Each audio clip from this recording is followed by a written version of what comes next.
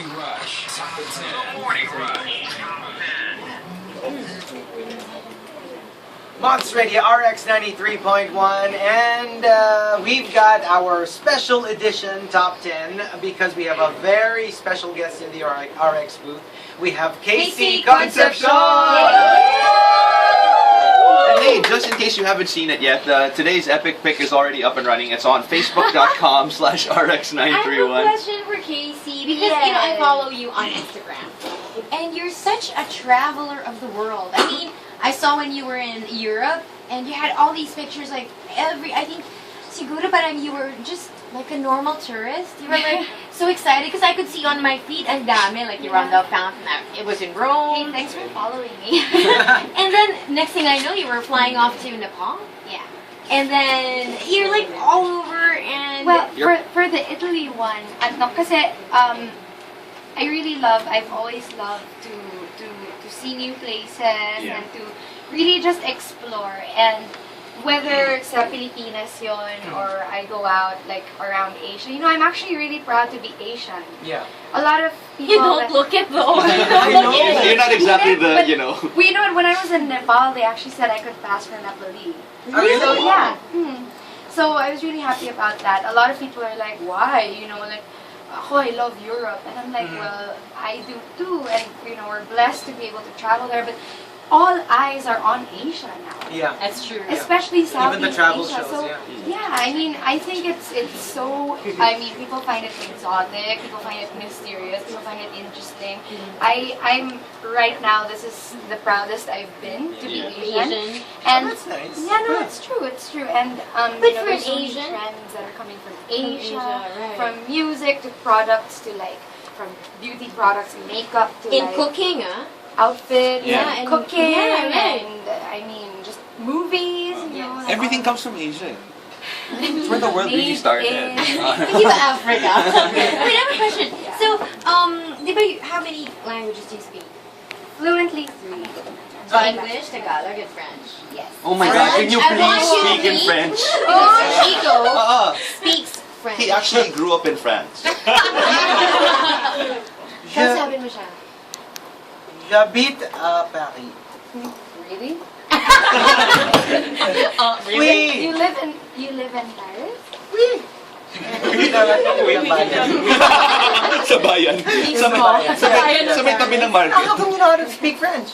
How You come? know, she studied, You studied it there. in school. I studied at 12 years old. No, That but was di ba from people like, Hong Kong. we all took up like Spanish, but you know. I took up Chinese. But we never really like picked it up, so how come you get to speak You get to French. speak. I got hooked.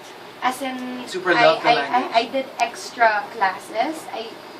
I went crazy with it. I just really, I even I took extra classes outside of school.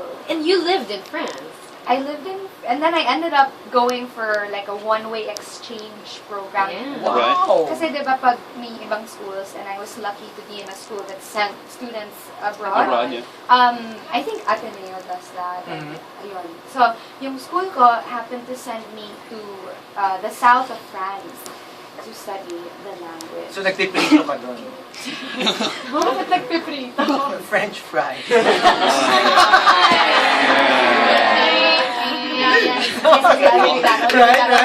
Thank you. All-time low for jokes today. Hey, just FYI, since we're doing the top 10, it's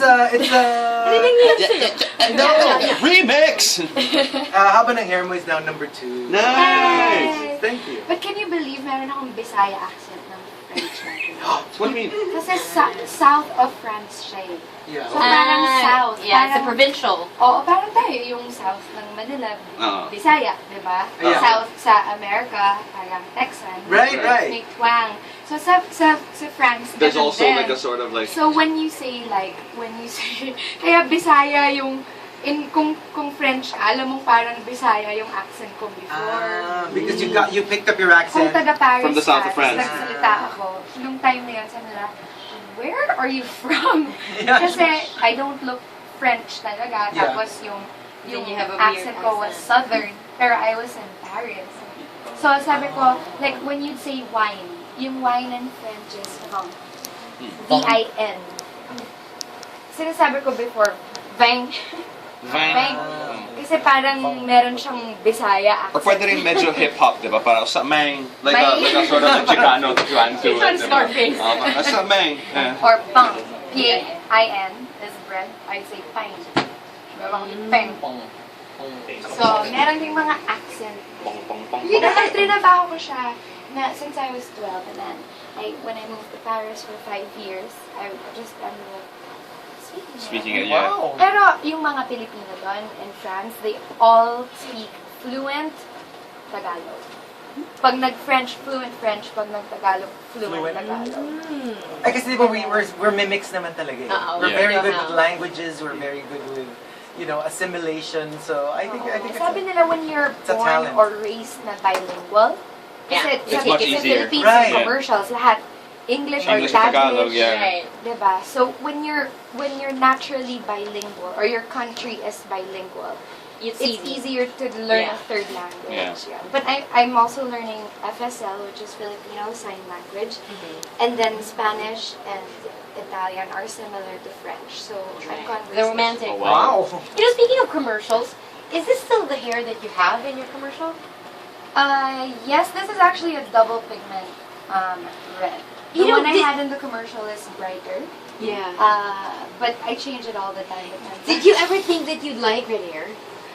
Kasi I parang actually Pinoy, asked for it. you're the You one who really asked for it? Yes, I did. That was You do when all we sorts of started crazy dating. things with your hair, huh? And so we were really happy to know that there was a market for colored hair. So many people have colored hair. And But this looks good on you. Yeah. I mean, kasi sometimes, diba, when people have their hair colored, parang, Parang halata. Oo, parang, It doesn't look. Parang, Yeah, you know what I mean? Nagpaparinig ba kayo? kasi si Chico palagi Masakit kayo magsalita, ha? Parang may kulay yung buhok. kulay ng top ng hair niya. oh, O, nag-fade na.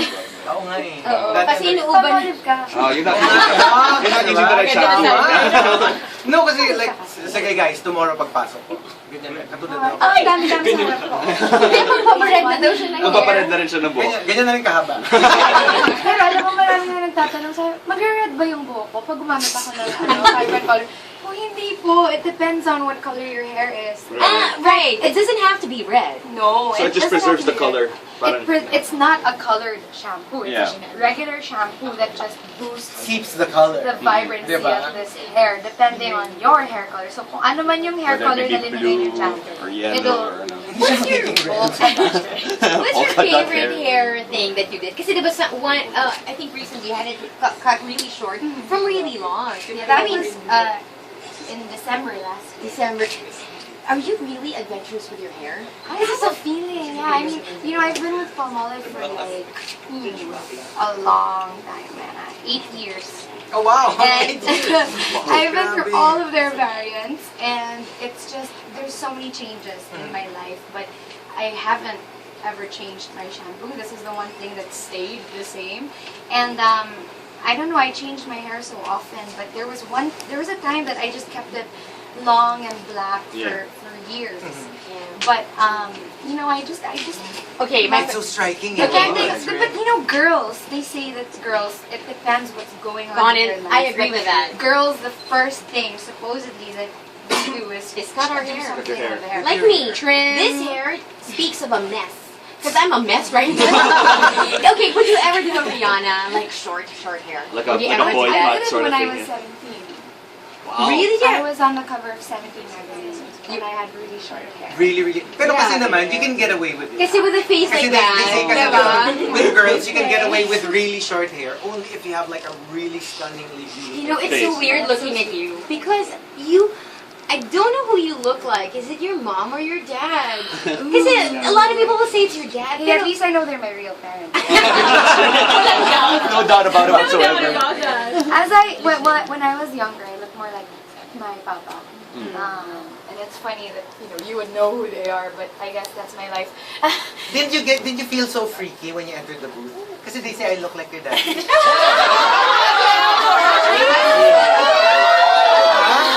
They said talaga, lalo na, parang minsan may kakalabit sa akin na, Usus! Hey, Pops, we're going to talk. Right. Sorry.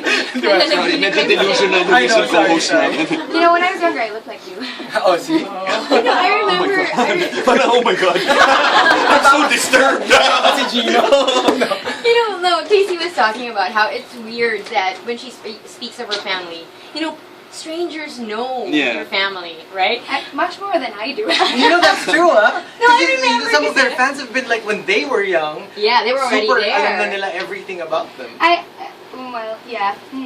But I saw the rest of my father's side, and we all look the same. I mean, my sister Chloe, my younger sister Chloe, actually, we look like twins. To the point na nag-post ako ng picture namin sa Instagram. And they didn't know And who was. the two of us with a similar pose. And then somebody asked me, ano pong app yan? Yeah, they thought it was And ano. how they sinabi thought it sa They thought it was like a iPhone mirror app or Kasi something. there is, di ba? You can multiply yourself. Oo. I remember kasi watching a video of your birthday. I think you were 7 years old. You were 7 Medyo or magka-stalker kasi sila.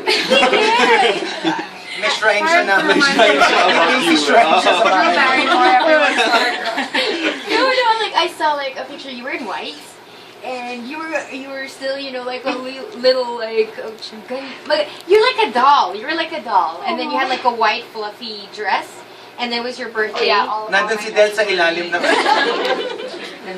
Alam mo si Del nun, nandun sa ilalim ng mesa. Ano mo na yun? Nakatago. Nag-aabang. Nakaabang siya, nakaabang. Nag-aabang. With a camera. Tapos alam mo yung silently, May sarili siyang cake. May cake siya sa ilalim. Creepy. Oh, diba? Creepy. Huwag niyo naman takutin yung guest. Hindi, pero totoo, as I got older daw, I started looking like my lola. And then, I guess ganun Yeah, naman. I also see your Lola in you. But there's something about your eyes. Diba? Stalker talaga. Alam ko na naman. next thing you know, nagpa-profess na ng love. No, I used to watch you all the time on TV. Oh, see? Are you with mommy? Wait, do you ever wonder... Kasi, di ba, like we said, your parents are ridiculously famous. Famous. So by the time you were born, you were already around a lot of attention. I mean, Do you ever wonder, like, I wonder how it's like? Do you even know what it's like for regular no, people? I was just about to say that it wasn't until, and I'm honest in saying that it wasn't until 4 or 5 years ago, because I got back in 2008 Yeah. from France. I came home to the Philippines in 2008, so I've been here what, 4 and a half years. Yeah. almost Yeah. 5 years. Almost 5 years. It wasn't until I got back that I realized that people, at least, you know, some people were watching me from the time I was a kid. Okay, Yeah. yeah. So, I didn't know that kasi sa akin, that was my life, you know, diba? Like, parang, I didn't know that moving to Paris, they were actually following the journey. Yeah. And then, you know, when I had a blog, I was wondering how come people found my blog and they were so interested in Yeah. my blog. And I didn't know, I didn't really understand it. Also because my mom talagang Protected you, inano shielded niya ako, you, right? Yeah. Shielded niya ako from the world of show business, which I think was what made me Grounded. curious. Yeah. Curious. Kasi it's the opposite. Na parang ano eh. But yeah, hindi talaga. So I didn't even realize, and then I saw the Truman Show, which is a story I always see. Yeah.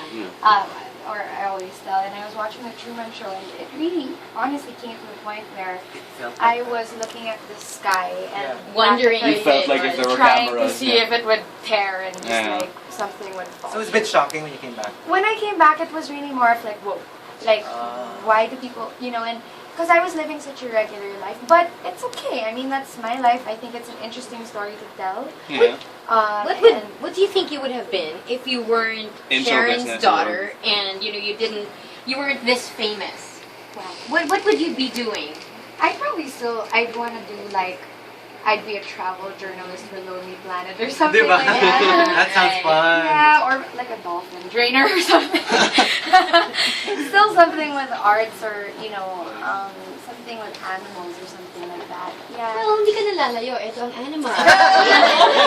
Hindi ako magiging scientist or mathematician How many or pets do lawyer. you have? hindi. How many pets do you have? My own, a python, a ball python. What? Wow. Named Coco. What a A weird name for a python? python. It's like, hey, The Coco. python on Rogue. Did you see that? Oh yeah, yeah, yeah. Yeah, That's right. that's So it was, that's it was your your actual pet? type. That wasn't planned. I brought Good it. God. I brought my python to say hello. Are you to not my like friends. creeped out by it at all? I grew up with snakes around me. Ang daming ahas sa mga paligid-paligid. Someone is asking you to say pomegranate on air. What? Pomegranate. Pomegranate. Pomegranate? Because he loves it. Okay, she pronounces it so perfectly on her TVC. Aw. That's Jag Edric on Twitter. Pomegranate. Mm-hmm. Sige, sige, I'll go with it. We'll never be able to say pomegranate properly Wait. again. So it's like we have to take advantage of this With now. 100% natural pomegranate extract. Wow! Oh my gosh! Wala na. We'll never do justice to that commercial again. I know. Ever.